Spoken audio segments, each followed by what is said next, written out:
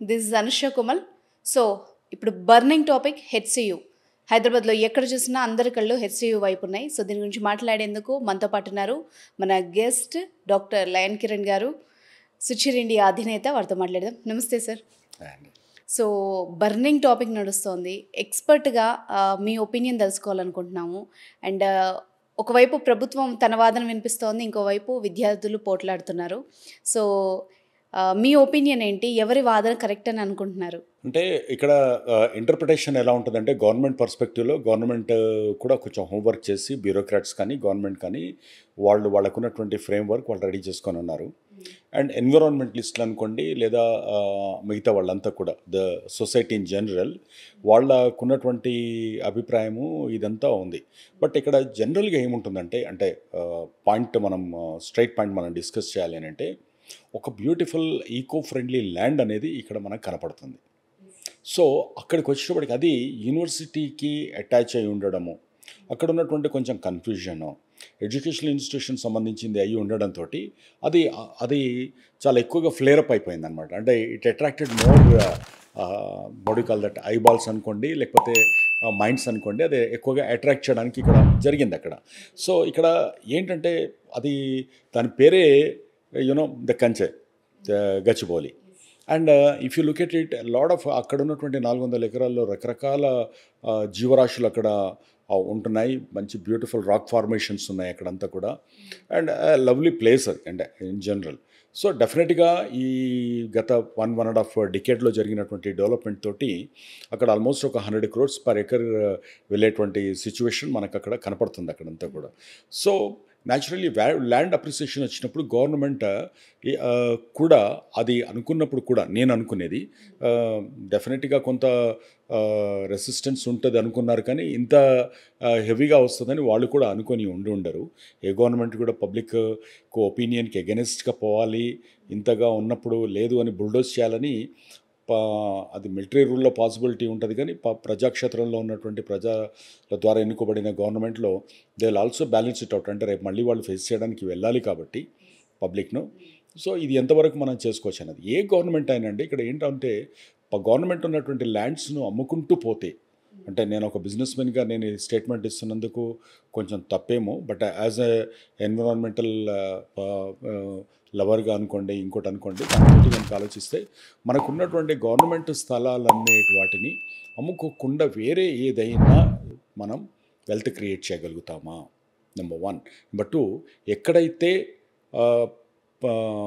కొంచెం దూరంగా ఉండి ఇలాంటి న్యాచురల్ సంపద లేనివి ఉన్న వాటిని మనం ఏమన్నా చేయగలిగితే, అలాంటి వాటిని ఒక స్పెషల్ ఎకనామిక్ జోన్స్గా చేసేసి, అలాంటి వాటిల్లో ఇన్ఫ్రాస్ట్రక్చర్ డెవలప్ చేసేసి, అక్కడ వెల్త్ క్రియేషన్ అండ్ ఇది అంటే ఎంప్లాయ్మెంట్ క్రియేషన్ లాంటిది, ఇలాంటి రెండు చేయడానికి ఏమైనా పాసిబిలిటీ ఉందా అని చూడాలి.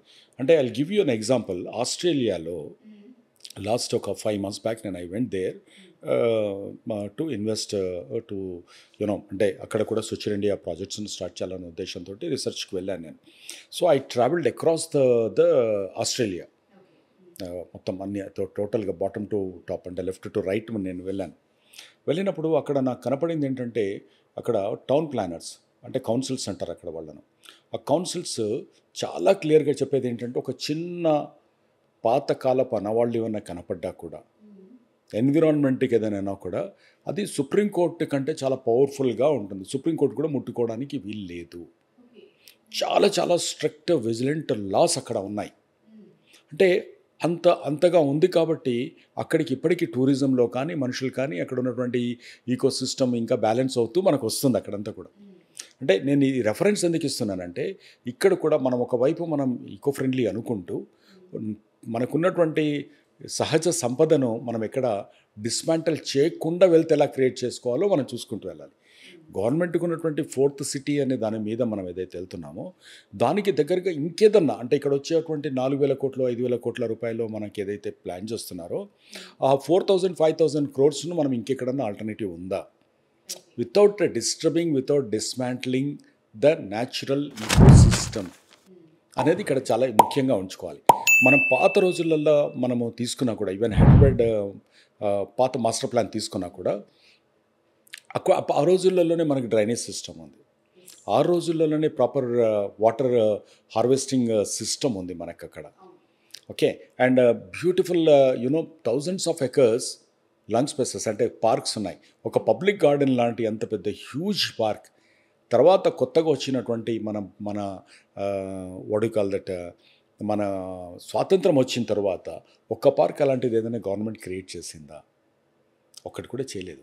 సో మనకు ఒక మాస్టర్ ప్లాన్ ఉండాలి, దానికి ఒక ఆలోచన ధోరణి ఉండాలి వాళ్ళకు. దాంట్లో ఎంత పాపులేషన్ పెరుగుతుంది, ఎంత పాపులేషన్కు ఎలాంటి బ్యాలెన్సింగ్ సిస్టమ్ ఎలాంటిది అవసరం ఉంటుంది, లైఫ్ స్టైల్ ప్లస్ వాళ్ళకు ఉన్నటువంటి క్వాలిటీ ఆఫ్ లివింగ్ స్టాండర్డ్స్ను మనం ఎలా ఇవ్వగలుగుతాము అనేది చాలా చాలా ఇంపార్టెంట్. సో మీ పొల్యూషన్ను మీరు కంట్రోల్ చేసుకోవడానికి, మీ పొల్యూషన్ అబ్జర్వ్ చేయడానికి, ప్రాపర్ ఆక్సిజన్ మనకు పోవడానికి Amazon almost 40-45% of the oxygen మనకు అమెజాన్ ఇస్తుంది. లంగ్స్ ఆఫ్ ద వరల్డ్ అని అంటారు కదా, మనకున్నటువంటి లంగ్స్ ఆఫ్ ది వరల్డ్ ఏంటి? సో అలాంటప్పుడు మనకు కనపడేటి ఏంటంటే ఇలాంటి ఈకో సిస్టమ్ ఉన్నటువంటి వాటిని మనం కొంచెం ముట్టుకోకుండా ఉంటే బాగుండేదని నేను పర్సనల్ లెవెల్లో నాకున్నటువంటి ఒపీనియన్ అది. సూపర్. అయితే గోపనపల్లి దగ్గర యూనివర్సిటీకి సంబంధించి దీనికి బదులుగా ల్యాండ్ ఇచ్చారు అని గవర్నమెంట్ చెప్తోంది. ఇంకోవైపు హెచ్సియు విద్యార్థులేమో ఇచ్చారు మళ్ళీ తీసేసుకున్నారని వాళ్ళు చెప్తున్నారు. సో మీరు అన్నట్టుగా ఆల్టర్నేటివ్గా ఉన్నదాన్ని డిస్టర్బ్ చేయడం కంటే గవర్నమెంటే ఇంకేదన్నా బెటర్ ప్లేస్ డెవలప్ చేస్తే ఆ ప్లేస్కి కూడా ఉపయోగం ఉంటుంది కదా అని బయట నుండి వ్యక్తం అవుతున్న అభిప్రాయం. మీకు ఏమనిపిస్తోంది? డెఫినెట్గా అండి. నేను కూడా ఏమంటానంటే ఇప్పుడు ఫర్ ఎగ్జాంపుల్ గోపనపల్లిలో వాళ్ళు ఇచ్చిన దాన్ని మళ్ళీ ల్యాండ్ యూజ్లో మళ్ళీ దాంట్లో ఏది పెట్టారు, ఈ కన్ఫ్యూజన్స్ ఏంటి? First we should check our records. క్లారిటీగా ట్రాన్స్పరెంట్గా ఎవరికి కనపడ్డా అదే కనపడేలాగా ఉండాలి ఫస్ట్. సో అక్కడ అలాంటిది జరిగినప్పుడు మనకి ఇలాంటి కన్ఫ్యూజన్స్ ఏది రాదు. ఇంటర్ప్రిటేషన్స్ నేను ఒక రకంగా చదువుతాను, మీరు ఒక రకంగా చదువుతున్నారంటే అది భాషలో ప్రాబ్లమా లేకుంటే చదివే వాళ్ళ ప్రాబ్లమా? అక్కడ రాసినటువంటి లిపిలో ప్రాబ్లం ఉందా లేకపోతే మనం అర్థం చేసుకునేటువంటి వీళ్ళల్లో ప్రాబ్లం ఉందా? సో అక్కడ అలాంటిది ఎప్పుడు అలా గవర్నమెంట్ అలా కాకుండా ట్రాన్స్పరెంట్ సిస్టమ్ అనేది ఉండుంటే బాగుండేదని నా ఒపీనియన్ అండి దానికి. అసలు ఈ గొడవంతా అప్పుడే అసలు ఇందిరాగాంధీ గారు ఎప్పుడైతే ఇచ్చారు అకాడమిక్ వాటికి తప్ప వేరే వాటికి వాడకూడదు అని అందులో సర్టెన్ రూల్ ఒకటి పెట్టారు అని చెప్పేసి చెప్తున్నారు. అప్పుడే రిజిస్ట్రేషన్ చేసేసి ఉండుంటే అసలు ఈ గోల ఉండేది కాదు కదా అని కూడా అంటున్నారు. అంటే అప్పుడు ఏమైందండి, కొన్ని వేల ఎకరాలు రికార్డ్స్, ఇది సెంట్రల్ గవర్నమెంట్ అంటే Hyderabad central university is HRD department డైరెక్ట్గా అండర్లో ఉంటుంది ఇది. సో చాలా వరకు అప్పుడు ఉన్నటువంటి యూనివర్సిటీస్ పాతవి కనుక తీసుకుంటే వాటన్నిటికీ ఫస్టే మనము వాళ్ళంతా చేశారు. కాంపౌండ్ తర్వాత ఎక్స్పాన్షన్కి పోతామనో, తర్వాత కాంపౌండ్ కట్టుకోవచ్చనో, ఇలాంటివన్నీ జరిగాయి. రెండోది ఏంటంటే ప్రతి యూనివర్సిటీలో వాళ్ళ ఎస్టేట్ ఆఫీసర్ అని ఒకతను ఉంటాడు. ఆ ఎస్టేట్ ఆఫీసర్ పని ఏంటంటే ఇవన్నీ కంప్లీట్ చేసుకోవాలి. బట్ అన్ఫార్చునేట్లీ మనకు కొన్ని తరాల పాటు కొన్ని జనరేషన్స్ పాటు గవర్నమెంట్ అంటే ఇప్పటికీ మనం వాళ్ళ మీద సెటర్లు వేసుకునేది ఏంటంటే గవర్నమెంట్ ఆఫీస్ లాగా పనిచేస్తుంది అని అంటాం మనం. అంటే ఆ లెథార్జీ అనుకోండి, ఓనర్షిప్ లేకపోవడం, అంటే ఇది నా బాధ్యత అంటే వాళ్ళు సొంతానికి ల్యాండ్ ఏదన్నా ఉంటే లీవ్ పెట్టిపోయి ఎలా చేసుకుంటారో అలా చేసుకోకపోవడం వల్ల, ఆ కోఆర్డినేషన్ బిట్వీన్ హెచ్ఆర్డి డిపార్ట్మెంట్ ఇక్కడ లేకపోవడం వల్ల, ఇంత డిమాండ్ వస్తుంది అనేది లేకుండా ఉండడం వల్ల, వదిలేయడం వల్ల జరిగింది. ఇంతెందుకు మీరు ఉస్మానియా యూనివర్సిటీ ల్యాండ్స్ని కనుక తీసుకుంటే అదే సిచ్యువేషన్లో almost 50% to 60% of the Osmania university lands are gone. మీకు ఇప్పుడు అది తీసుకుంటే ఆల్మోస్ట్ మీకు విజయనగర్ దాకా ఉన్నటువంటి ల్యాండ్స్ అన్ని కూడా కనపడతాయి అందులో. అది కొద్దిగా ఎంక్రోచ్ చేసుకుంటూ వచ్చేసారు. ఎక్కడ దాకా ఉంటే అది కూడా పోతుందేమో అని వాళ్ళు లోపలికి కాంపౌండ్ కట్టుకున్నారు. బట్ ఈ రోజున సర్వే పెట్టమని చెప్పండి, అసలు చాలా కాలనీలు ఎగిరిపోతాయి, చాలా అపార్ట్మెంట్స్ ఎగిరిపోతాయి అక్కడ. సో ఎంత హ్యూజ్ ల్యాండ్ అక్కడ దానికి ఇచ్చింది అప్పుడు ఆ రోజు ఉన్నటువంటి ప్రభుత్వం, ఆ రోజు ఉన్నటువంటి వాటెవర్ నిజాం గవర్నమెంట్ కానీ ఇది కానీ ఎంత ఎంత ఎంత బ్యూటిఫుల్ ఆర్కిటెక్చర్ తోటి వాళ్ళు డెవలప్ చేశారు. సో ఎంత హ్యూజ్ ల్యాండ్స్ని పెట్టారంటే ఒక యూనివర్సిటీ అనేది ఒక 200-300 ఇయర్స్కు సంబంధించిందండి. మీరు తక్షశిల యూనివర్సిటీ మీరు పాత రోజుల నుంచి తీసుకొని ఈ రోజు దాకా తీసుకున్నా కూడా, వరల్డ్లో ఉన్నటువంటి హార్వర్డ్ యూనివర్సిటీ నుండి మీరు ఆక్స్ఫర్డ్ యూనివర్సిటీ దాకా తీసుకున్నా కూడా మీరు అన్నిటిలో కూడా హ్యూజ్ ల్యాండ్స్. బికాజ్ అక్కడ ఉన్నటువంటి ఎన్విరాన్మెంట్లో మీరు ఒక విద్యార్థి ఈ రోజున లేటెస్ట్గా తీసుకున్నటువంటి ఐఎస్బి ప్రెమిసెస్ని తీసుకున్నప్పుడు కూడా మనం ఒక 2 ఎకరాలలో మల్టీ స్టోరీ బిల్డింగ్ కట్టేస్తే సరిపోతుంది కదా అని అనుకోలేదు అది. So it requires a lot of ఆ బ్రీతింగ్ స్పేస్ ఉండాలి. మీరు అక్కడికి పోయినప్పుడు మీకు ఆ ఎన్విరాన్మెంట్, ఆ ఈకో సిస్టమ్ ఉండాలి అక్కడ. ఎస్. సో అందుకని ఆ ఎడ్యుకేషనల్ సిస్టమ్స్ కానీ హాస్పిటల్స్కి కానీ అలాంటి హ్యూజ్ స్పేసెస్ను వాటిని వాళ్ళు క్రియేట్ చేసి ఆ రోజున పెట్టారు అది. సో ఇక్కడ కూడా ఏంటంటే ఆ రోజున జరిగినటువంటి ఒక చిన్న తప్పిదం అంటే అక్కడ ఉన్నటువంటి సెంట్రల్ గవర్నమెంట్ నుంచి వాళ్ళు ఇచ్చినప్పుడు వాళ్ళు కూడా రికార్డ్స్ను అప్డేట్ చేసుకోకపోవడం వల్ల ఇప్పటికీ కాందిశికుల ల్యాండ్స్ అని ఉంటాయండి. ఫర్ ఎగ్జాంపుల్ ఎవాక్యూ ప్రాపర్టీ అని అంటారు. సో ఆ పాకిస్తాన్ వెళ్ళిన వాళ్ళు ఇక్కడ వదిలిపెట్టిపోయిన వాళ్ళకి అక్కడ ఇచ్చారు. అవి ఇప్పటికీ కూడా డిస్ప్యూటెడ్ దాంట్లోనే నడుస్తూ ఉంటాయి. అంటే ఇది ఎవరో ఇక్కడ క్లెయిమ్ చేసుకుని ఉంటారు, వాళ్ళు అక్కడికి పోయినారు. ఇక్కడ ఉన్న దాంట్లో మినిస్ట్రీ ఆఫ్ హోమ్లో అది ఒక రికార్డులు ఉంటాయి. ఆ రికార్డులో ఉన్న ల్యాండ్ ఇక్కడ ఉందా లేదా. సో ఇవన్నీ మనకు లోపభూయిష్టమైనటువంటి సిస్టమ్ వల్ల ఇలాంటివన్నీ కన్ఫ్యూజన్స్ వస్తున్నాయి. సో ఏది ఏమైనా సో ఇక్కడ ఉన్నటువంటి యూనివర్సిటీలో ఉన్నటువంటి ఇక్కడ ఎస్టేట్ ఆఫీసర్ కానీ వచ్చినటువంటి వైస్ ఛాన్సలర్స్ కానీ వాళ్ళు కూడా గవర్నమెంట్ తోటి కరస్పాండెన్స్ చేసి ఉండుంటే రికార్డ్ బిల్డ్ చేసి ఉంటే ఈ రోజున ఇంత ఫ్లేరప్ అయ్యే అవకాశం ఇక్కడ కూడా జరిగి ఉండకపోయేది.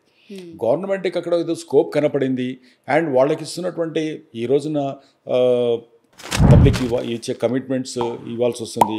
సో పబ్లిక్ కూడా ఏంటంటే మాకు కమిట్మెంట్ ఇస్తే తప్ప మేము ఓటేయమని వాళ్ళు అంటారు. సో ఇక్కడ ఎవరు రైట్ అనేది దాంట్లోకి మనం ఎంటర్ అవ్వలేం. కానీ సో అది ఇవ్వాలి కాబట్టి నువ్వు ఇవ్వలేమంటున్నావు కాబట్టి వెల్త్ క్రియేట్ చేయాలంటే గ్లోబల్ రెసిషన్ ఉంది. ఇక్కడ వాళ్ళకు ఉన్నటువంటి ఎక్కడ పాసిబిలిటీ ఉంటే అక్కడ పోదామని గవర్నమెంట్ కూడా ఆలోచిస్తుంది. తప్ప రైటా అంటే మరి నెసెసిటీ ఏం చేయాలని వాళ్ళు అనుకుంటారు. బట్ బాటమ్ లైన్ మనం ఏంటంటే ఇది ఒకసారి టైం పాస్కి చేసుకునేటువంటిది కాదు. This is the future generations సంబంధించినటువంటి దాన్ని అంటే ఇప్పుడు మనది కాదు అది తరతరాలకు సంబంధించినటువంటి ఆస్తులు ఇవన్నీ కూడా గవర్నమెంట్ అన్నీ కూడా గవర్నమెంట్ దగ్గర ల్యాండ్ అంతా తగ్గిపోతే ఏం చేస్తాం ఫ్యూచర్లో, ఎలా బతకగలుగుతారు వచ్చే జనరేషన్స్ అన్నీ కూడా. ఇది కూడా కొంత బాధ్యతగా అందరూ ఆలోచించాల్సిందే. సో దానికే అందరూ కూడా కొంచెము బయటకు వచ్చి అందరూ కూడా వాళ్ళు వాయిస్ ఇచ్చారు. సో ఈ 400 ఎకరాలు ఈ గవర్నమెంట్ అని కాదు, బట్ ఏ గవర్నమెంట్ అయినా కూడా ఇలాంటి కొంచెం జాగ్రత్తగా అంటే డిమాండ్ ఉన్న ప్లేసెస్లో ఒకవైపు ఏమో మీరు అన్లిమిటెడ్ ఎఫ్ఎస్ఐ ఇచ్చేసి హైరైజ్ బిల్డింగ్స్కి తీసుకెళ్ళిపోతున్నారు. ఓకే ఒక ఎకరంలో దాదాపు 6 లక్షల స్క్వేర్ ఫీట్ కట్టేస్తున్నారు. 6 లక్షల స్క్వేర్ ఫీట్ అంటే మీకు ఆల్మోస్ట్ ఒక 5-6 వేల మంది ఉంటారు ఒక ఎకరంలో. 5-6 వేల మందికి ఎంత వాటర్ డ్రా చేస్తారు, ఎంత పొల్యూషన్ దాంట్లోకి వెళ్ళిపోతుంది, ఎంత డ్రైన్ వెళ్ళిపోతుంది. సో దీనికి తగ్గట్టుగా మరి ఇంకొక దగ్గర మీరు బ్యాలెన్స్ చేయాలి కదా. ఎంత ప్లాంటేషన్ అవసరం. ఒకవైపు చెట్లు మనం పెంచుతామంటున్నాం, ఒకవైపు చెట్లు కొట్టేస్తున్నాం, రాళ్ళు కొట్టేస్తున్నాం. సో అక్కడ జీవరాశులన్నీ పోతే మనకు ఒక దాని మీద ఒక డిపెండ్ అయ్యేలాగా భగవంతుడు క్రియేట్ చేసి పెట్టాడు. సో అది కూడా డిస్ట్రాక్ట్ కావద్దు. కాబట్టి సో గవర్నమెంట్ కూడా అంత సీరియస్గా తీసుకోదని అనుకుంటున్నాను. Because this government is also flexible government అయ్యి కూడా వాళ్ళు కూడా చక్కగా అవసరం ఉన్నప్పుడు తగ్గాలి ఎక్కడ పెరగాలి అని చూసుకునే వాళ్ళే. కాబట్టి I don't think government will take it as ఇదిగా. బట్ పొలిటికల్ లీడర్స్ కూడా మిగతా పార్టీలకు ఉన్నటువంటి వాళ్ళు కూడా గవర్నమెంట్ మరీ చేసినప్పుడు వాళ్ళు కూడా హ్యూమిలియేషన్ తోటి మళ్ళీ వాళ్ళు చాలా జిద్దుగా తీసుకోకుండా అది వచ్చింది. It should be a public opinion. It's not between the fight between 2 parties లా కాకూడదు అనేది నా ఒపీనియన్ అండి. ఎస్, ఇప్పుడు ప్రజెంట్ అదే జరుగుతోంది. ఒక పక్క రేవంత్ రెడ్డి గారేమో ఇలా భూముల్ని క్లీన్ చేసే ప్రాసెస్ స్టార్ట్ చేయగానే వెంటనే మళ్ళీ కేటీఆర్ గారి స్టేట్మెంట్ మొన్న మనం చూసాం. ఒకవేళ గవర్నమెంట్ కనుక అది పాడు చేస్తే మళ్ళీ మా గవర్నమెంట్ వచ్చాక మళ్ళీ ఈకో పార్కుని చేస్తుందని చెప్తున్నారు. అంత ఈజీనా అండి? అదంతా ఎన్నో ఏళ్ళుగా క్రియేట్ అయిన ఒక ప్లేస్ అది. అంటే ఇప్పుడు డిస్మాంటిల్ చేసిన తర్వాత కొత్త గవర్నమెంట్ వచ్చిన తర్వాత ఒక గవర్నమెంట్ తీసుకున్న డెసిషన్ మళ్ళీ వీటో చేసి ఇంకోటి చేయడం అనేది కూడా తప్పది కూడా. ఎందుకంటే మీరు ఇచ్చిన తర్వాత కొన్నవాడికి ఎలా ఉంటుంది, నువ్వు అమ్ముతున్నావు, నేను కొన్నాను, నేను డబ్బులు పెట్టాను, నేను పర్మిషన్ ఇచ్చింది గవర్నమెంట్. పర్మిషన్ ఇచ్చిన తర్వాత మనం ఎవరైనా ఎలా క్యాన్సిల్ చేస్తారు వేరే గవర్నమెంట్ వచ్చినాక ఇన్ కేస్ వస్తే. ఎగ్జాంపుల్ అంటే ఈ స్టేట్మెంట్ రైట్ రాంగ్, ఆ స్టేట్మెంట్ అంటే పబ్లిక్ని కన్ఫ్యూజ్ చేయకూడదు. నెంబర్ 1. నెంబర్ 2 ఏంటంటే ఏ గవర్నమెంట్ అయినా కూడా ప్రతి గవర్నమెంట్ ఇదే చేస్తుంది. చాలా క్రిటికల్ ఇంపార్టెంట్ ప్రైమ్ ల్యాండ్స్ అన్నీ అమ్మడం అనేది ఒక రెవెన్యూ సోర్స్ కింద పెట్టుకుంది. గవర్నమెంట్ ల్యాండ్స్ని అమ్మడం కంటే మిగతా చాలా మార్గాలు ఉన్నాయి వెల్త్ క్రియేషన్కు.